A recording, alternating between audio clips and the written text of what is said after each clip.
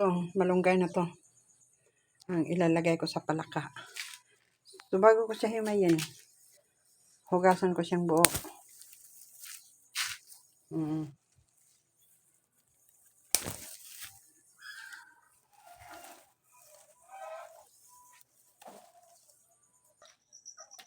Maghimay na ako. Himayin ko na. Hinugasan ko na siya ng buo na ganyan.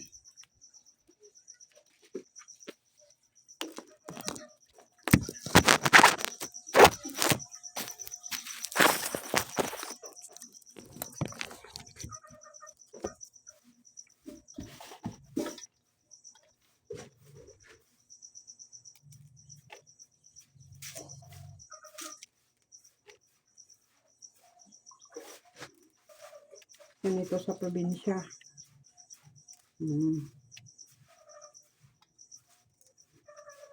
Dito, makakatipid ka sa iyong ulamin, kaso hindi katulad ng Manila naman, yung sa hanap buhay, madali ang pera, yung masipag ka. Dito, okay lang makatanim-tanim ka, sariwang hangin. Sinadya ko lumipat dito para sa sariwang hangin. Kaya ginusto ko na dito. Mamaya pupunta ako sa may palayan.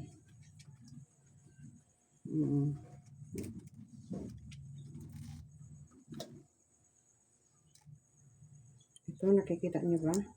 Hihimay ko ng malunggay para sa palaka. Ako din magluluto ng palaka mamaya. Madalang na ako kumakain ng ganun. Mahal na rin kasi ang palaka ngayon. Gawa ng kasi baka mamaya walang tinda ang palengke. Hindi sila nakabiyahe. Grabe ang lakas ng ulan. Lakas ng hangin.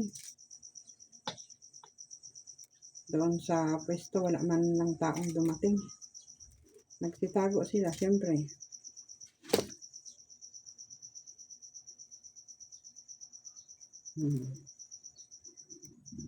Pag may malunggay, hindi talaga pwedeng madaliin ito kasi siyempre makakain mo yung ganito niya. Inaalis yun eh. Yan.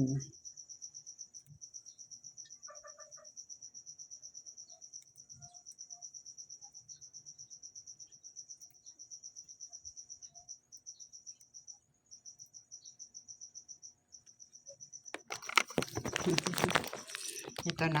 Mamaya ko na lang ulit ipakita.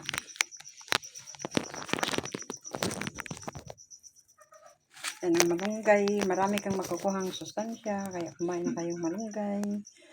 Pampahaba ng buhay. Basta gulay. Good morning sa inyong lahat. Ako to, Josephine Chan.